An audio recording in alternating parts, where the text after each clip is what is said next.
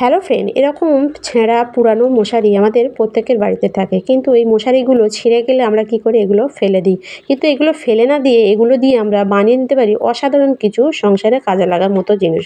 তো সেরকমই একটা অসাধারণ টিপস আজকে আমি আপনাদের কাছে শেয়ার করব। তার সঙ্গে থাকবে অসাধারণ কিছু কিচেন টিপস। তা ভিডিওটা শুরু করার আগে যারা আমার চ্যানেলে নতুন আছেন তারা অবশ্যই সাবস্ক্রাইব করে আমার পাশে থাকবেন, পাশের বেল আইকনটা বাজিয়ে দেবেন। তা চলুন চলে যাই প্রথম টিপসে। তা দেখুন, আমাদের সবার বাড়িতে এরকম বেসিন থাকে, আর বেসিংয়ের জলটা দেখবেন এরকম ছাড়লে চারদিকে এরকম ছিটিয়ে যায়, যেগুলো আমরা ইউজ করতে গেলে দেখবেন আমাদের গা ভিজে যায়। তা আমরা হয়তো অনেকে এই ট্যাপটা পাল্টে ফেলি, কিন্তু এগুলো পাল্টে না ফেলে আমরা সামান্য একটা জিনিস দিয়ে এগুলো ঠিক করে নিতে পারি। তা কী জিনিসটা দেখুন, আমরা যদি এটা একটা সামান্য বাড়িতে থাকা যে কোনো একটা কাঠ, বা দেখবেন এরকম আমাদের সবার বাড়িতে যে কাঠের যে চামচগুলো হয়, এগুলো আমরা যখন আমাদের দই নিয়ে আসে তখন আমরা পাই। তো এগুলো যদি আমরা ফেলে না দিয়ে এরকম যদি আমরা এই ট্যাপের মুখে এইভাবে একটু ঢুকে দিই, তাহলে দেখবেন ট্যাপটা আপনারা যত জোরেই ছাড়ুন না কেন, জলটা আর ছিটবে না, আর খুব সুন্দরভাবে সরুভাবে দেখুন জলটা পড়বে, আর জলটা চারিদিকে ছিটবে না। এভাবে আপনারা করে দেখবেন, আশা করছি আপনাদের অনেকটা বড় কাজে লাগবে। দেখুন আমি দেওয়ার পর জলটা ছিটোচ্ছে না, জলটা একভাবে নিচের দিকেই পড়ছে। তো অসাধারণ একটা টিপস, এটাও চাইলে আপনারা ফলো করে দেখতে পারেন। তো এরপরে চলে যাব আমি আর একটা টিপসে। তা দেখুন আমাদের প্রত্যেকের বাড়িতেই বডি স্প্রে থাকে। গরমকালে বিশেষ করে ঘামের গন্ধ আমরা সহ্য করতে পারি না, সেই জন্য এগুলো আমরা ব্যবহার করি। কিন্তু এগুলো ব্যবহার করার পর দেখবেন বেশিক্ষণ এগুলো আমাদের গায়ে থাকে না। দেখবেন 1 থেকে 2 ঘন্টার মধ্যে এই সেন্টগুলো চলে যায়। কিন্তু আপনারা যদি এভাবে একটা ভেসলিন বা এরকম ভেসোকিয়ার যদি আপনারা গায়ে এই বডি স্প্রে লাগানোর আগে এভাবে একটু গায়ে লাগিয়ে তার উপর যদি এইভাবে লাগান, তাহলে দেখবেন এই সেন্টটা আপনাদের গায়ে অনেকক্ষণ পর্যন্ত আপনাদের গায়ে থাকবে, আর এটা উড়ে যাবে না। তো অসাধারণ একটা টিপস, এটাও চাইলে আপনারা ফলো করে দেখতে পারেন। তো এরপরে চলে যাবো আমি আর একটা টিপসে। তা দেখুন, প্রেশার কুকার আমরা সবাই ব্যবহার করি, কিন্তু প্রেশার কুকার বেশি দিন ব্যবহার করার পর দেখবেন এই যে গার্ডারটা, এই গার্ডারটা ঢিলা হয়ে যায়, যার জন্য আমাদের প্রেশার কুকারটা বাদ দিতে হয়। হয়তো অনেকেই গার্ডারটা চেঞ্জ করে, কিন্তু এগুলো যদি চেঞ্জ না করে আমরা বাড়িতেই ঠিক করে নিতে পারি। তা হয়তো অনেকে জানে, আর যারা জানে না ভিডিওটা তাদের জন্য। তো এগুলো আমরা কি করব, তা আমরা যদি কিছুক্ষণের জন্য যদি আমরা এই গার্ডারটা এভাবে ডিপ ফ্রিজের মধ্যে রেখে দিই, দিয়ে ফ্রিজটা চালু করে রাখি, তাহলে দেখবেন এই গার্ডারটা আধ ঘন্টার মধ্যে একদম আগের অবস্থায়, আগে যেরকম টাইট ছিল সেরকমই হয়ে যাবে। তা আপনারা অবশ্যই একবার করে দেখবেন, দেখবেন অনেকটা কাজে লাগবে। তা দেখুন আমি আধ ঘন্টা এটা ফ্রিজের মধ্যে রেখেছি, রেখে আমি আবারও লাগিয়ে নিচ্ছি। তো অসাধারণ একটা আইডিয়া, এটাও চাইলে আপনারা একবার হলে করে দেখবেন। তো এরপর চলে যাব আমি আর একটা টিপসে। তা দেখুন, এরকম ধরনের পুরানো ছেঁড়া মশারি আমাদের প্রত্যেকের বাড়িতে থাকে। তাই মশারিগুলো পুরানো হয়ে গেলে বা ছিঁড়ে গেলে আমরা কি করি, এগুলো ফেলে দিই। কিন্তু এগুলো ফেলে না দিয়ে এগুলো দিয়ে আমাদের সংসারের অনেক রকম কাজে আমরা লাগাতে পারি। তা কী কাজ, তা সেরকমই কয়েকটি টিপস আজকে আমি আপনাদের দেখাবো। তা দেখুন, প্রথমে আমি কাঁচি দিয়ে অল্প একটু মশারি কেটে নিয়েছি। তো এভাবে অল্প একটু মশারি কেটে নিয়ে এটা আমি ভালোভাবে একটু ভাঁজ করে নেব।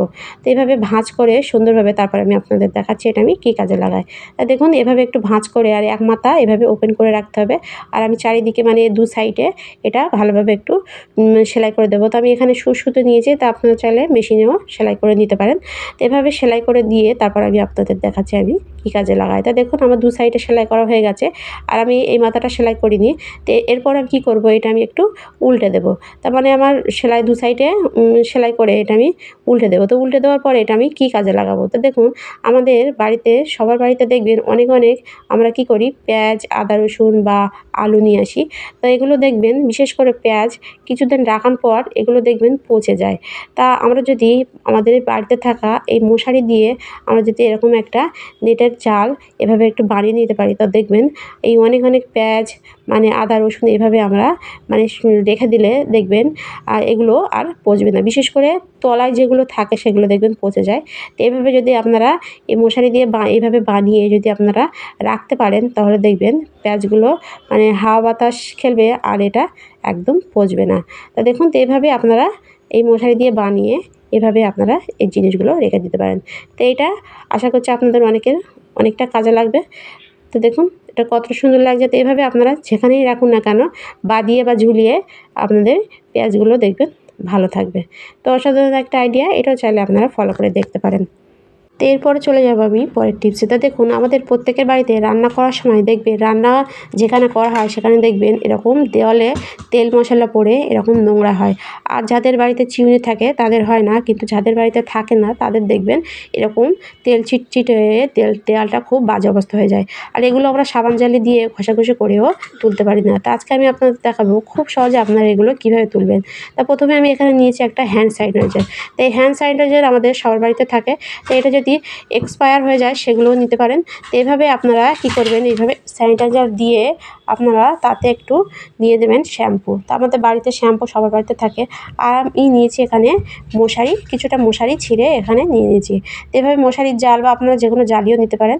এভাবে নিয়ে আপনারা এই দুটো মিশ্রণ ভালোভাবে একটু লাগিয়ে আপনারা যদি এভাবে দেওয়ালে একটু লাগিয়ে দিতে পারেন, দিয়ে আপনারা 2 থেকে 3 মিনিট এটা লাগিয়ে রাখলে দেখবেন খুব সহজে এটা একদম ঘষাঘষি ছাড়া উঠে যাবে। তো এভাবে আমি একটু সামান্য একটু লাগিয়ে দিচ্ছি, লাগিয়ে দিয়ে তারপর আমি আপনাদের দেখাচ্ছি। তা দেখুন এটা কতটা পরিষ্কার আর তেল চিটচিটটা একদম খুব সহজে এটা উঠে গেছে কোনো রকম ঘষাঘষি ছাড়া। তো এভাবে আপনারাও চাইলে কোনো রকম ঘষাঘষি ছাড়া এগুলো আপনারাও পরিষ্কার করে নিতে পারেন। তা দেখুন আমার দেওয়ালটা কতটা নোংরা ছিল আর ক্যাচিংটাও কতটা নোংরা ছিল। তা খুব সহজে এগুলো দেখুন একদম পরিষ্কার হয়ে গেছে সামান্য একটু এই স্যানিটাইজার আর শ্যাম্পু দিয়ে। এভাবে আপনারাও চাইলে খুব সহজে পরিষ্কার করে নিতে পারেন। এরপর আমি একটা কাপড় দিয়ে মুছে তারপরে আমি আপনাদের দেখাচ্ছি এটা কতটা ক্লিন ও কতটা পরিষ্কার হয়। তা দেখুন এটা কতটা পরিষ্কার হয়েছে দেখুন। তো অসাধারণ একটা টিপস, এটাও চাইলে আপনারা ফলো করে দেখতে পারেন।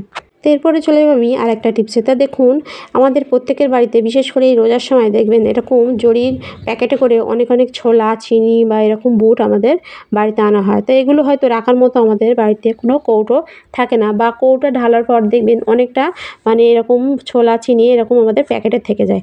তো এগুলো হয়তো আমরা এভাবে গিট বেঁধে রেখে দিই। তাই এইভাবে আমরা যদি গিট বেঁধে না রেখে আমরা একটা পট দিয়ে সুন্দরভাবে একটু রাখতে পারি তাহলে দেখবেন এগুলো আর নষ্ট হবে না। তো কীভাবে রাখবেন তা দেখুন প্রথমে আমি একটা জলের পট নিয়েছি আর পটটা আমি এভাবে একটু কেটে নিয়েছি। এভাবে মুখের ধারে এভাবে কেটে নিয়ে আপনারা কীভাবে করবেন, এভাবে মানে বাড়তি যে ছোলা চিনিগুলো এইভাবে থাকবে মানে জড়িতে থাকবে সেগুলো যদি এভাবে একটু ঢুকিয়ে আপনারা এইভাবে দেখুন আমি কীভাবে করছি। তো এইভাবে ভেতর দিয়ে মানে পটের ভেতর দিয়ে এভাবে ঢুকিয়ে তারপরে যদি আপনারা ছিপিটা লাগিয়ে রাখতে পারেন তাহলে দেখবেন এটা খুব সুন্দরভাবে একটা প্যাকেট হয়ে যাবে।